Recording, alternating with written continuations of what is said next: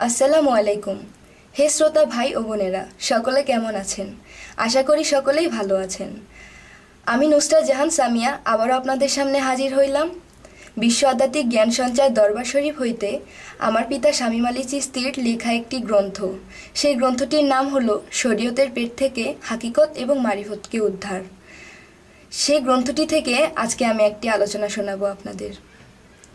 আপনারা আমার জন্য দোয়া রাখবেন, তাহলে আমি আপনাদেরকে আরও ভালো ভালো ভিডিও উপহার দিতে পারবো ইনশাআল্লাহ। যে আলোচনাটি শোনাবো সেই আলোচনাটির হেডলাইন হলো উস্তাদ, গুরু, মাতা পিতা, তাই নিয়ে কিছু তত্ত্ব আলোচনা। উস্তাদ আমাদেরকে বাহিরের শিক্ষায় শিক্ষিত করলেন, গুরু আমাদেরকে আধ্যাত্মিক শিক্ষা বা রুহানিয়াত জ্ঞানে জ্ঞানী করে তুললেন, এবং মাতা পিতা আমাদের ভাষা শিখাইলেন, লালন পালন করিয়া বড় করলেন। এখন কে আমাদের কাছে ছোট এবং কে আমাদের কাছে বড়? মা বাবা যখন আমাদেরকে লালন পালন করিয়া বড় করিয়া তুলিলেন, আমাদের কাছে মা বাবাই বড়। বাবা মা যখন একজন উস্তাদের কাছে আমাদেরকে তুলিয়া দিলেন, তখন উস্তাদ আমাদের কাছে বড়। যেমন আরও বলা হইয়াছে যে কোরআনে নর নারীর জন্য জ্ঞান অর্জন করা ফরজ। তবে কোন জ্ঞান অর্জন করার কথা বলা হইয়াছে এবং জ্ঞান কত প্রকার? বিজ্ঞান, সামাজিক জ্ঞান, আধ্যাত্মিক জ্ঞান বা রুহানিয়াত জ্ঞান, এই 3 প্রকার জ্ঞানই আমাদের জানা থাকতে হবে। সামাজিক জ্ঞান দ্বারা আমরা সমাজকে সুন্দরভাবে গঠন করিতে পারিব। বিজ্ঞানের যুগে আছি, বিজ্ঞানেও আমাদের ধারণা থাকতে হইবে। তাহলে আমাদের তো একদিন মৃত্যুবরণও করিতে হবে। সেই দিন তো আমাদের এইসব কোনো জ্ঞানই কাজে আসবে না। কাজে আসবে আধ্যাত্মিক জ্ঞান বা রুহানিয়াত জ্ঞান।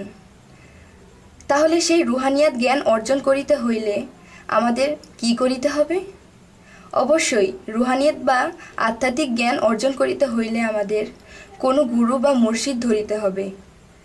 আর এই কথাটি আল্লাহ বলিয়াছেন, রুহানিয়াত জগৎ জ্ঞান অর্জন করার জন্য নর এবং নারীর জন্য।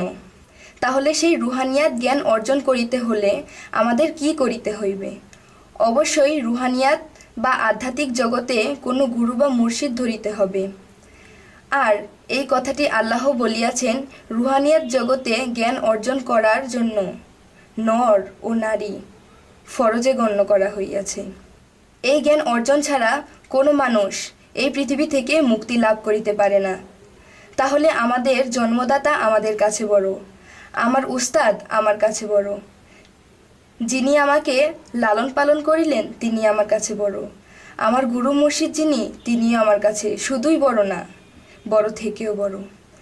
যেমন পীর মুর্শিদ খোদা না করিও জুদা। তাহলে স্রষ্টা যিনি এক হয়, একে একে এক হয়। যাহার মধ্যে আল্লাহ আসে সেই ব্যক্তি রাসূল হয়। তাই রাসূল উল্লাহ না বললে একদল, রাসূল আল্লাহ কয়। তাই বলি মাতা পিতাও আমাদের গুরু, উস্তাদও আমাদের গুরু, এবং আমার মুর্শিদও আমার গুরু। এবার বুঝতে করিলাম শুরু। যদি আমাদের ভিডিওগুলো আপনাদের ভালো লাগে, আমাদের চ্যানেলটিকে সাবস্ক্রাইব করুন।